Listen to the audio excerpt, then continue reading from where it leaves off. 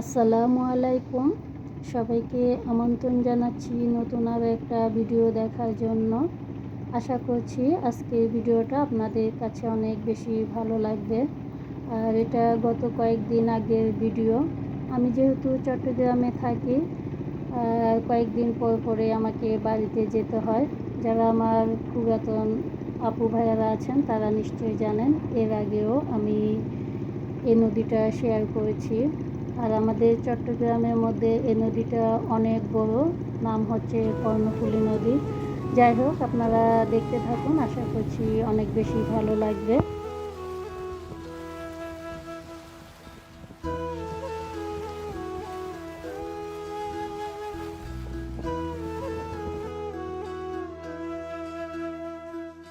বন্ধু তুমি আইবাই রে বলে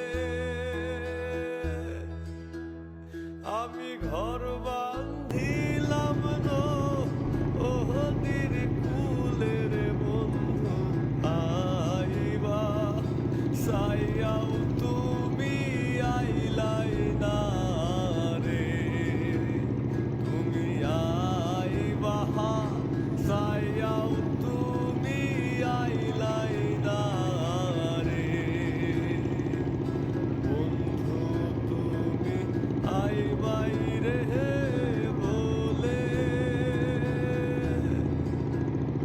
আমি ঘর বান্ধিলাম নদীর কূলে রে বন্ধু আইবা সাইয়াও তুমি আইলাই না রে তুমি আইবা সাইয়াও তুমি আইলাই না রে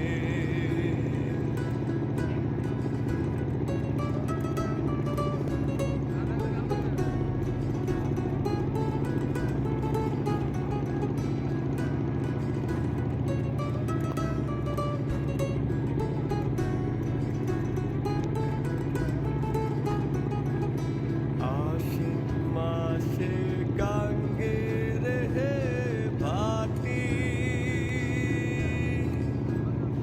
আমি কলকাতায় পাঠা আহিলাম চিঠির বন্ধু একটা চিঠির উত্তর দিলাই না রে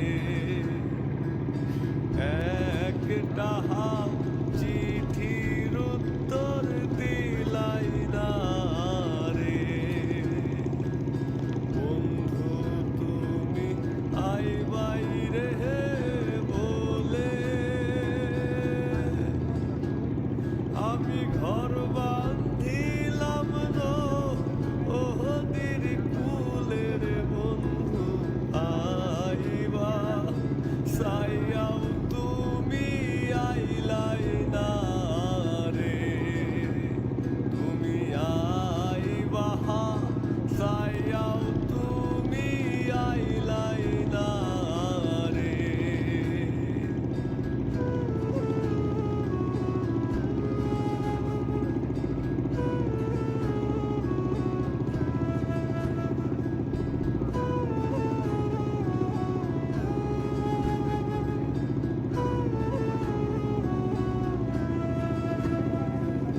ভাদ্র মাসে তালের হে পিঠা কার্তিক মাসে সহসা মিঠার বন্ধু দেশে আইসা তুমি খাইলাই না রে দেশে আইসা তুমি খাইলাই না রে বন্ধু তুমি আইবাই রে বলে আমি ঘর বান্ধিলাম নদীর কূলে রে বন্ধু আইবা সাইয়াও তুমি আইলাই না রে তুমি আইবা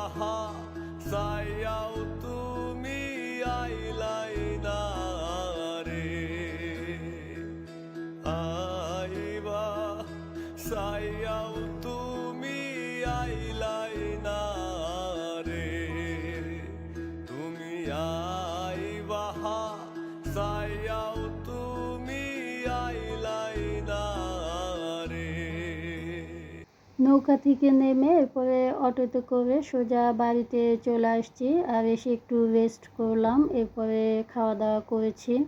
তো যাই হোক, এখানে আমাদের একজন পরিচিত ভাবি আর ভাইয়া আছে। তো ওরা ছাদের উপরে খুব সুন্দর গাছ লাগিয়েছে ফল ফ্রুটের।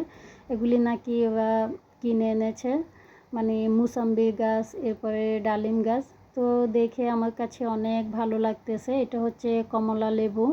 তো আমি একটু ধরে ধরে দেখতেছি, আসলে কি আর বলবো, আমার কাছে অনেক ভালো লাগতেছে গাছগুলো দেখে, সাথে ফলও।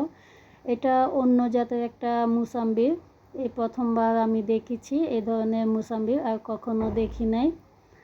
আর এখানে আনার গাছও লাগিয়েছে, এরপরে আমড়া গোটা, বিভিন্ন ধরনের ফল ফ্রুটের গাছ আছে ওদের ছাদের মধ্যে। আমার কাছে ইচ্ছা করতেছে আমার বাড়িতেও এ ধরনের ফল ফ্রুটের গাছ লাগাই, তবে যেহেতু আমি এখানে থাকি না, আর কেই বা এগুলি যত্ন করবে, সেজন্য এখানে আর লাগানো হয়নি। তো দেখুন, ছাদের উপর থেকে পুকুরটা খুব সুন্দর দেখা যাচ্ছে, আর এখানে মাছ চাষ করে।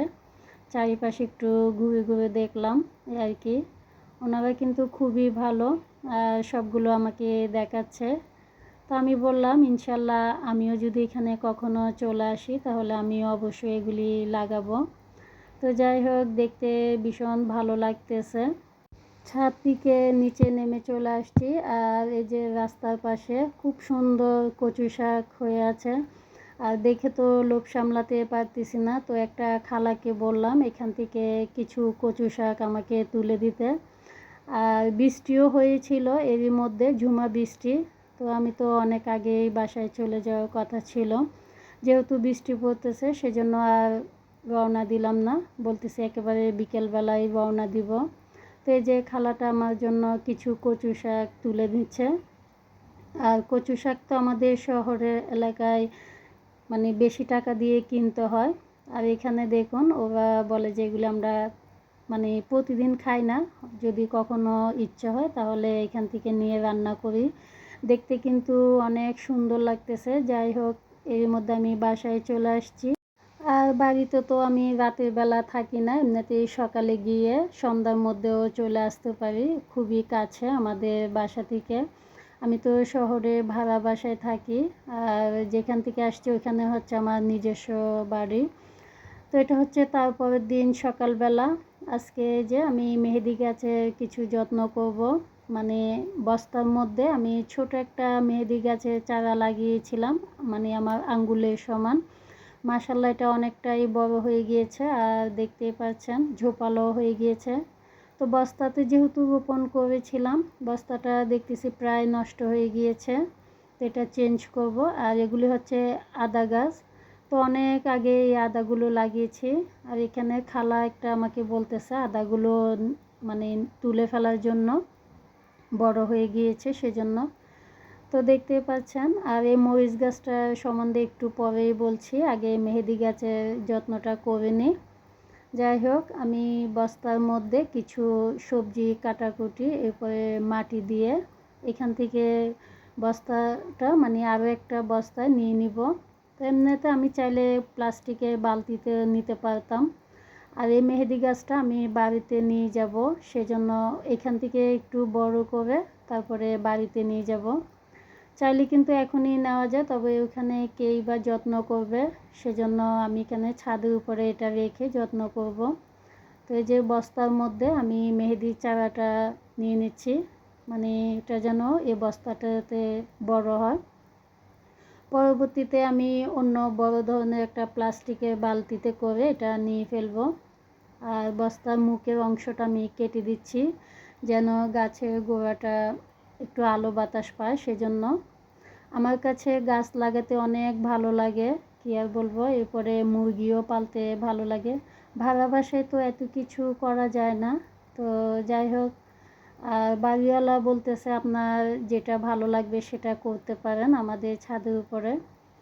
তো এই যে আদাগুলো কিন্তু আমি বের করলাম, তবে আদাগুলো দেখতেছি তেমন একটা বেশি বড় হয়নি, এগুলি আমি আবার নতুন করে রোপণ করব। আর এখানে আমি 2টা লাউ গাছ লাগিয়েছি টবের মধ্যে, তো এখান থেকে তুলে আমি প্লাস্টিকের বালতিতে নিয়ে নিব। ভিডিওর এ পর্যায়ে এসে আমার প্রিয় আপু ভাইদের কাছ থেকে একটা লাইক চেয়ে নিচ্ছি। প্লিজ আমার ভিডিওতে একটা লাইক দিয়ে দিবেন, ভালো লাগলে অবশ্যই শেয়ার করবেন। আর যারা আজকে নতুন আমার ভিডিওটা দেখছেন, যদি আমার ভিডিও আপনার কাছে ভালো লাগে অবশ্যই আমার চ্যানেলটাকে সাবস্ক্রাইব করে দিবেন। তো এই যে এই মরিচ গাছটা অনেক আপুরা হয়তো দেখেছেন এর আগে। মাশাল্লাহ মাশাল্লাহ কি আর বলবো, এবার যে এত মরিচ ধরছে মানে বলে বোঝানোর মতো না। আমি তো অনেক খুশি, আলহামদুলিল্লাহ। তো এখান থেকে আমি মরিচ কিছু কেটে নিব। আর নাগা মরিচ তো এত খাওয়া যায় না, অনেক ঝাল। তো এখান থেকে কিছু মরিচ নিয়ে আমি এখানে বাড়িওয়ালা ওদেরকেও দিব, এরপরে আমার বাসায় রাখবো। আর আমার পাশে আর একটা আপা আছে, ওনাকেও দিব। আসলে কোনো একটা জিনিস খাওয়ার চেয়ে মানে এভাবে কাউকে দেওয়া, এটা অনেক খুশি লাগে আমার কাছে, এবং আমার কাছে দেখতে অনেক ভালো লাগতেছে এই মরিচগুলো। তা আমার হাজব্যান্ড যেহেতু দেশের বাইরে থাকে, ওনাকে বলেছিলাম, উনিও মাসাল্লাহ দেখে অনেক খুশি হয়েছে। তো দেখুন এখান থেকে কিছু মরিচ নিয়ে নিচ্ছি, এরপরে আরও অনেকগুলো মরিচ আছে এখানে, প্রায় আমার মনে হয় যে 50-60টা হবে। এবার মানে মাছ এগুলি ধরেছে মরিচগুলা। আর নাগা মরিচগুলো এত ঝাল, যাই হোক আপনারা সবাই মাশাল্লাহ বলবেন একটু আমার এই মরিচ গাছটা দেখে, যেন পরবর্তীতে যেন আরও বেশি ধরে। আমি কিন্তু এটাতে তেমন কোনো যত্ন করি না, সার দিই না, শুধুমাত্র সবজির খোসা আর রেগুলার পানি দিই। তো এই যে এখানে আরও অনেকগুলো মরিচ আছে। তো কেমন হয়েছে আমার আজকের ভিডিওটা অবশ্যই কমেন্ট করে জানাতে পারেন। আর আপনারাও চাইলে এভাবে বস্তার মধ্যে মেহেদির চারা রোপণ করতে পারেন। আর আমি অন্য আরেকটা বস্তার মধ্যে আদা চারাগুলো লাগিয়ে দিয়েছি, যেহেতু এখন লাগবে না আদা, সেজন্য। তো এই যে কয়টা মরিচ আমি পেরে নিয়েছি সেগুলি শেয়ার করলাম। তো আমার আজকের ভিডিওটা কেমন হয়েছে অবশ্যই কমেন্ট করে জানাতে পারেন। এখান থেকে বিদায় নিচ্ছি, আল্লাহ হাফেজ, আসসালামু আলাইকুম।